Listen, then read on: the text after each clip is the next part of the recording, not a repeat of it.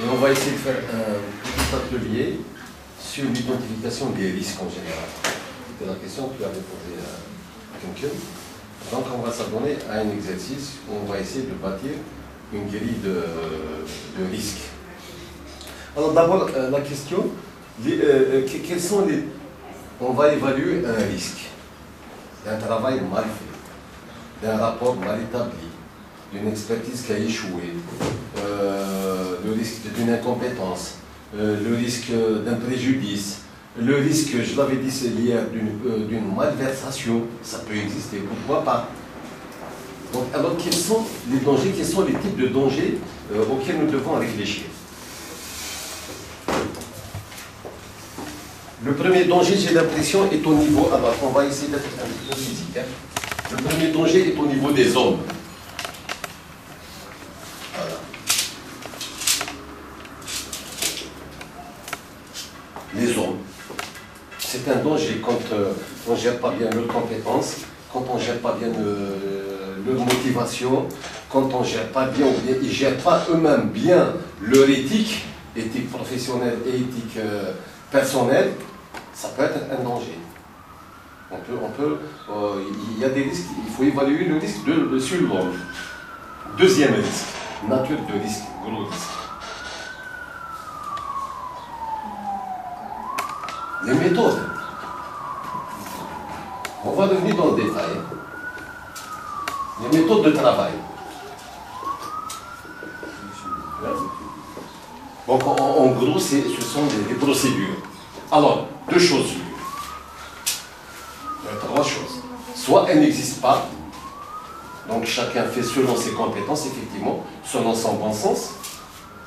Soit elles existent, mais elles sont difficilement exploitables, parce qu'on les a mal expliquées au personnel.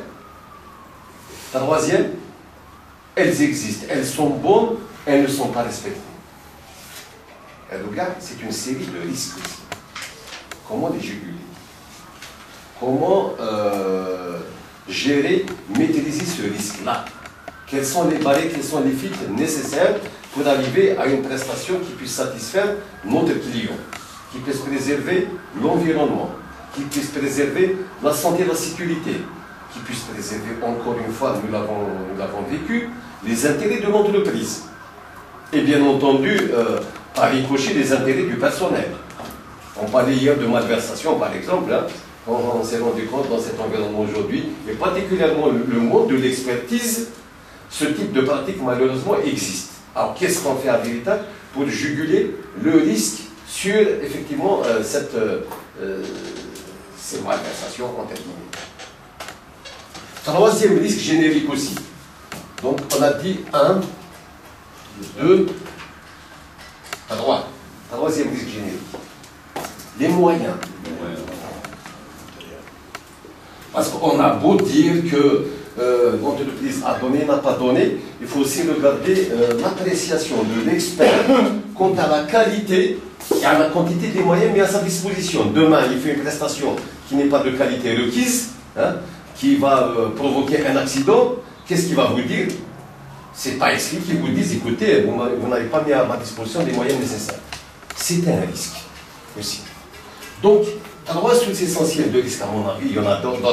Bon, il y en a la quatrième, on ne va pas en parler, c'est le management.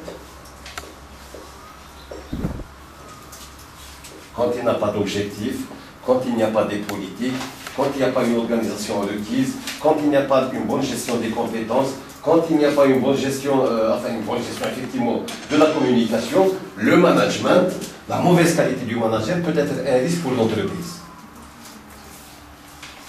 Dans son chiffre d'affaires, dans sa crédibilité, dans la qualité de ses prestations et dans son développement futur.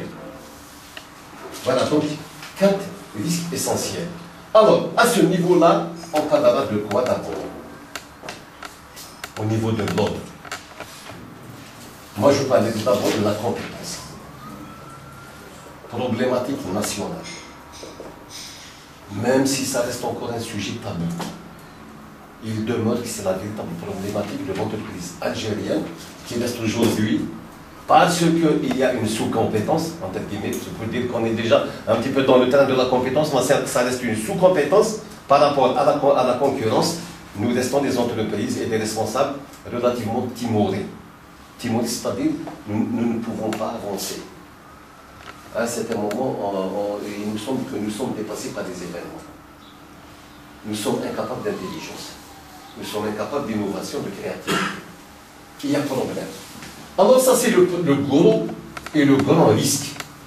Et il fallait demander un petit peu les filtres. Comment maîtriser ces risques-là? C'est quoi? Qu'est-ce qu'il faut faire? La grille de compétences. Alors, grille de compétences. À ce niveau-là, la réflexion est très claire. On va parler de compétences requises nécessaires à une fonction. Quelqu'un qui fait du levage, enfin, pour la fonction levage, quelles sont les compétences requises pour cette fonction-là? La fonction navigabilité, quelles sont les compétences requises pour cette fonction-là? La fonction expertise ou bien surveillance de la sécurité du téléphérique, quelles sont les compétences requises? La fonction classification, nouvelle construction, qu'est-ce qui est requis? La fonction agréage produits alimentaires, qu'est-ce qu'il faut? La fonction audit, puisqu'on parle un petit peu d'audit, qu'est-ce qu'il faut? La fonction qualité, le qualiticien, au niveau de véritable, quelles sont les compétences requises? Pourquoi je parle de compétences requises? Parce qu'elles ne sont pas toutes acquises. Nous n'avons pas, si vous voulez, le profil idéal au niveau de véritable pour faire face aux exigences de cette fonction-là. Fonction navigabilité, par exemple. Bon, mis à part quelques anciens, nous n'avons pas, parmi les nouveaux experts nous n'avons pas un monsieur navigabilité. C'est pour ça que, on n'avait pas dit, dans les reprises, on va définir des domaines de compétences, rappelez-vous. Des domaines de compétences. Et, domaine de compétences, j'ai donné l'exemple de la navigabilité. C'est important. Navigabilité. Alors, juste un point de situation sur ces aspects-là. Nous n'allons pas couvrir toutes les fonctions de l'entreprise. Nous avons tout intérêt à couvrir au moins les fonctions essentielles. Navigabilité, CERB, dérogation, les potentiels c'est dérogation, classification, téléphérique, parce qu'on va avoir un accident. Les gens vont nous demander, on se demande nous-mêmes, on n'attend pas que les gens nous demandent des comptes sur le niveau de compétence pour les gens qui surveillent les téléphériques, et j'en passe. Levage, électricité, tous ces éléments. Et comme nous n'avons pas toutes les compétences pour une fonction donnée, nous avons parlé des unités de compétences. Alors, un exemple très concret, un domaine de compétences. Par exemple, il a 10 unités, donc 10 unités, et parmi les compétences existantes, voilà, on a les compétences acquises, existantes, on va dire acquises, hein. Nous avons la maîtrise de 5 unités. Donc il nous reste 5 unités de compétences à promouvoir. Et c'est ça le véritable plan de mise à niveau des compétences. Ce n'est pas autre chose. Alors, exercice, pratique. Bon, je peux continuer. Alors, si ça devient du management, quels sont aussi les risques? Motivation. Oui. Motivation. Officiellement, motivation, mais je laisse de côté. Je veux entendre l'interne. Je souhaiterais entendre l'interne. Éthique, sociale.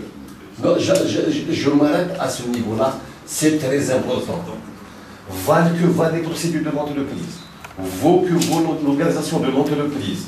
Bon que soit le management de l'entreprise, si nous n'avons pas les valeurs d'éthique personnelles et professionnelles au niveau de l'entreprise, on ne risque pas d'aller loin.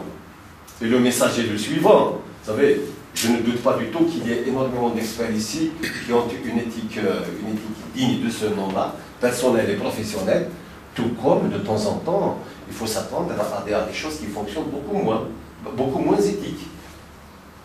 Je ne sais pas, on n'en avait pas dit hier, rappelez-vous, On en a entendu parler dans la presse, dans des informations que nous avons eues. Il y a eu quand même des comportements, je dirais, malversateurs. Ouais, moi j'ai entendu parler d'experts qui se font payer.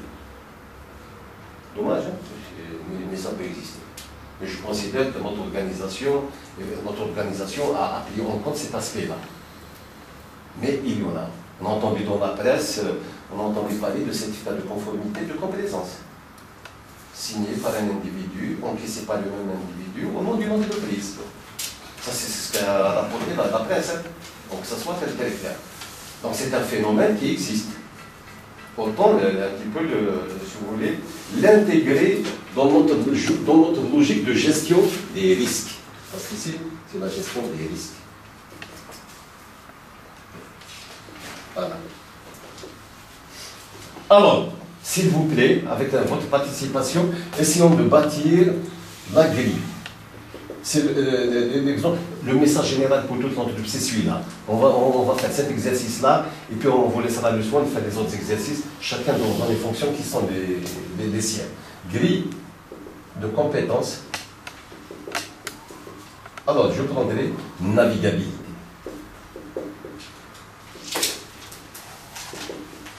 Et là, je parlerai de la grille de compétences requises. S'il vous plaît, on sait ce qu'est la compétence, le savoir, qu'est-ce qu'il faut? Le diplôme. Oui, qu'est-ce qu'il faut? Attention, on avait dit que le savoir, c'était connaissance théorique et pratique. Hein. Il y a le diplôme, oui. Parce qu'en fait, le diplôme, ça s'appelle le grade. Mais le savoir lui-même, qu'est-ce qu'il lui faut? L'activité. Choisissez. C'est peut-être que vous avez besoin d'un ingénieur. Voilà. Soit que vous avez besoin d'un ingénieur avec une spécialité particulière. Laquelle, par exemple, pour la navigabilité, dans un premier temps? C'est la réglementation. Nous avons besoin d'un ingénieur qui connaisse le code 21, non? Très pratiquement. Ou bien vous allez décider que vous ne mettrez jamais quelqu'un au niveau de la navigabilité s'il n'est pas un spécialiste du code 21. Et au niveau du PAT 21 qui régit la navigabilité, ça doit être, rappelez-vous, on avait parlé des niveaux, alors je mets ici, hein, des niveaux de compétences. C'est important ce que je dis là, les niveaux de compétences. Alors, au niveau du PAT 21, pour la navigabilité, on a dit, donc un expert en navigabilité, ça part un petit peu du connaisseur jusqu'à l'expert. Du contrôleur à l'expert. Voilà, du contrôleur à l'expert, on appelle ça comme ça. Alors, pour le PAT 21, ça doit être quoi? Au moins, ça doit être un expert. Et le TAT, il pourrait être beaucoup moins expert. Mais pour le PAT 21, ça doit être un expert. C'est-à-dire, ah oui, ça doit être au summum. Le TAT, vous pouvez dire, ça peut être un ingénieur, un technicien, ça peut être, ça existe dans l'aviation, on appelle un DEA, je ne sais pas, des universitaires appliqués, de ce coup-là. Ça peut être un inspecteur, ça peut être un spécialiste de la réglementation algérienne, pas du PAT 21. Ça peut être un spécialiste en quoi, par exemple? Entretien. Si vous allez faire un brainstorming, ou bien vous allez utiliser un outil de résolution de problème, parce que c'est un problème que vous avez ici, vous allez trouver des solutions qu'il faut. Un métaphore, tout ce que vous voulez. Et on va à ce niveau-là, peut-être introduire une nouvelle idée. Dans l'intérêt de véritable, on va introduire cet aspect-là d'unité de compétences. C'est-à-dire que pour faire la navigabilité d'un avion, on n'aura pas une seule personne. On peut avoir 3-4. Quelqu'un spécialiste de la réglementation. Qu'est-ce que vous faites aussi? Quelqu'un spécialiste des normes, puisque vous avez les AD, les CN, les ITN, ça n'existe plus. Voilà, donc vous avez, parce qu'en fait, dans la navigabilité, il y a ces éléments qui sont très importants. Vous allez avoir un motoriste, quelqu'un qui suit un petit peu l'historique du moteur. Vous allez avoir quelqu'un qui fait de l'entretien, un spécialiste en quoi? Maintenance. Non, non, pas 145. 145, quelqu'un qui sait comment fonctionne. Donc, à ce niveau-là, les spécialistes, c'est vous, c'est pas moi. Je donne juste la logique qui va nous permettre de bâtir une grille de compétences requises, idéale, complète. Le savoir-faire,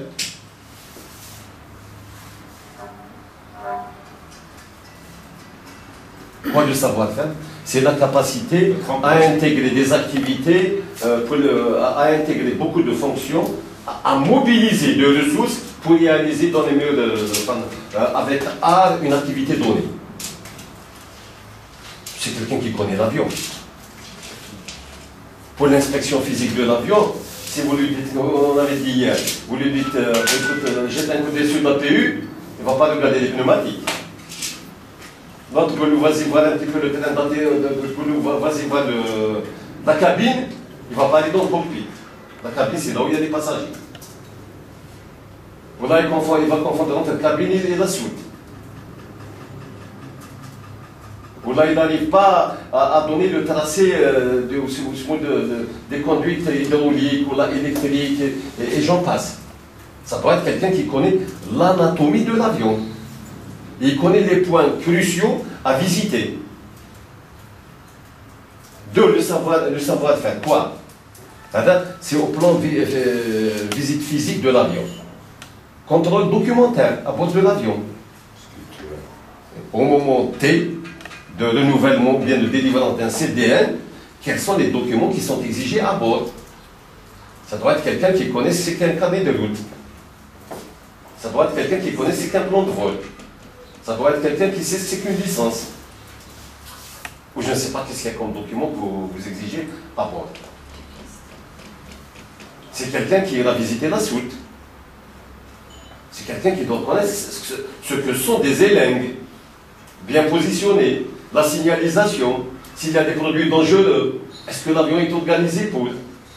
Est-ce qu'il y a le système de lutte contre l'incendie? Est-ce que Ce sont des éléments qui vont permettre une évaluation ou une appréciation? C'est une appréciation dans un premier temps, on arrivera à l'évaluation. Je dis là, ça peut être le contrôleur que vous envoyez sur le terrain avec un niveau de compétence qui est tel que il connaît la structure, l'anatomie de l'avion, et vous lui faites confiance, bien entendu, puisqu'il est dans une grille de compétences. Avec son unité de compétences, il vient vers vous, l'analyse se fera autrement. L'analyse finalement pour un CDL, ça doit être la collation de tout ça. Je veux moderniser un petit peu notre vision de la navigabilité. Ce n'est plus le travail d'une personne, de quelqu'un qui va renouveler un CDL, c'est une équipe qui, après analyse d'éléments d'information recueillis sur le terrain, sur la documentation, sur la structure et sur les normes, il y a un comité d'assurance qualité, c'est à celui-là de décider d'un CDL ou pas. On n'aura plus le problème de personnalisation du refus, par exemple, des CDL. Ah, M. Charmati a refusé de donner le CDL. C'était lui qui était à bord. Non, ce n'est plus Charmati. C'est un comité d'analyse qui a refusé. Charmati a utilisé un inspecteur qui lui a ramené l'état de l'avion. Terrain d'atterrissage, cockpit, documentation, tous les éléments radio, état physique de l'avion, on voit déjà. Si c'est un avion Salguette, je ne le fais même pas.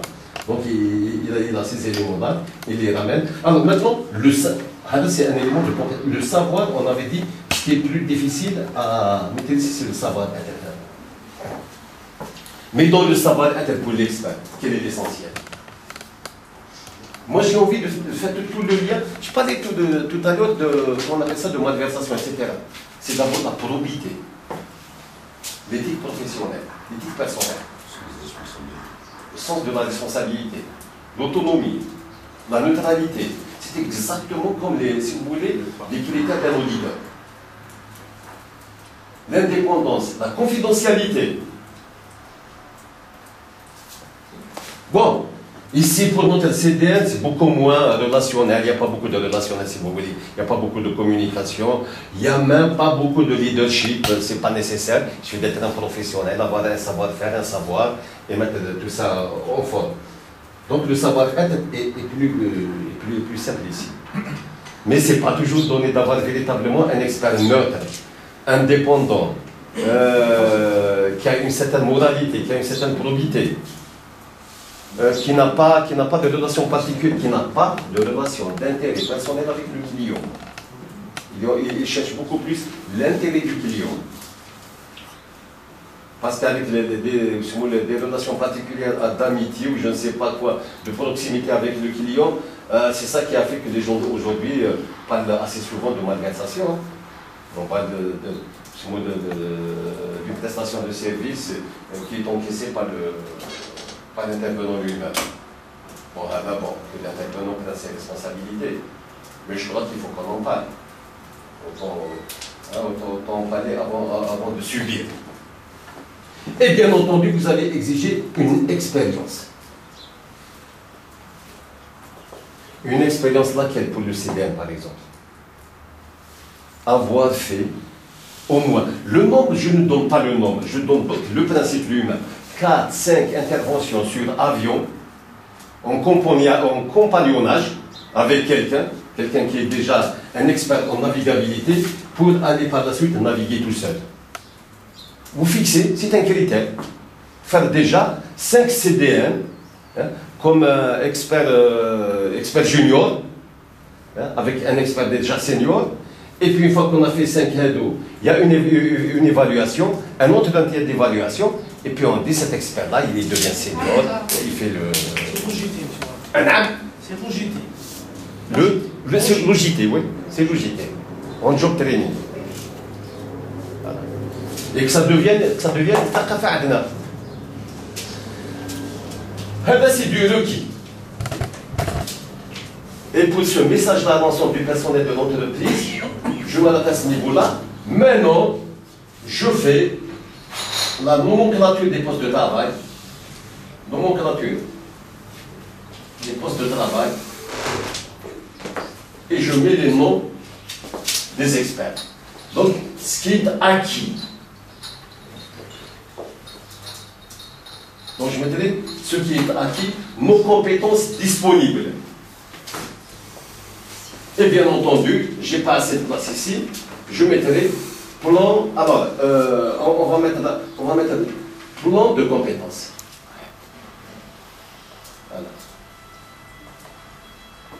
Pour l'avenir, on va bâtir quelque chose. Ça va passer par beaucoup de choses. Ça va passer par ma formation certainement, par des OJT en job training, c'est-à-dire sur le terrain. On a déjà la procédure chez nous, le coaching. Et si on doit aller vers des certifications, ailleurs, on ira. Et là, un point de situation aussi, pour ces histoires de certification, je rappelle un message excessivement important. Il y a des métiers que nous faisons pour le compte de l'État qui doivent faire l'objet d'une certification. Bon, appelez ça une qualification. Ça veut tout simplement dire un savoir-faire reconnu au plan du délégataire.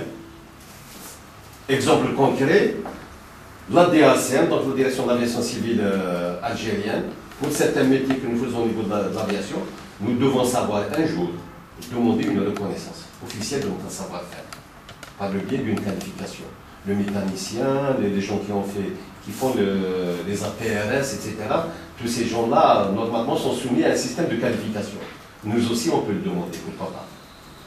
On pourrait le demander à Abdelaziz pour les téléphériques.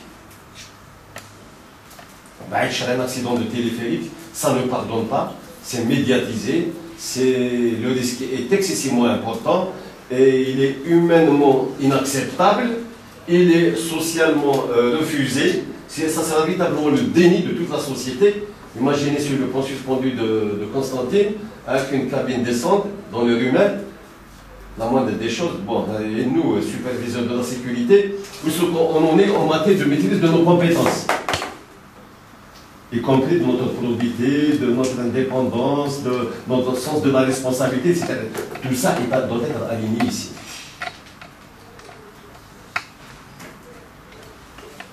J'espère que c'est pratique. Et j'espère que vous, tous qui êtes ici, vous allez faire passer ce message-là dans l'entreprise. Je n'ai pas à revenir sur cet aspect-là.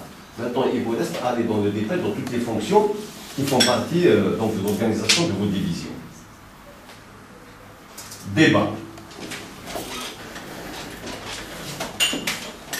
Tu peux, hein.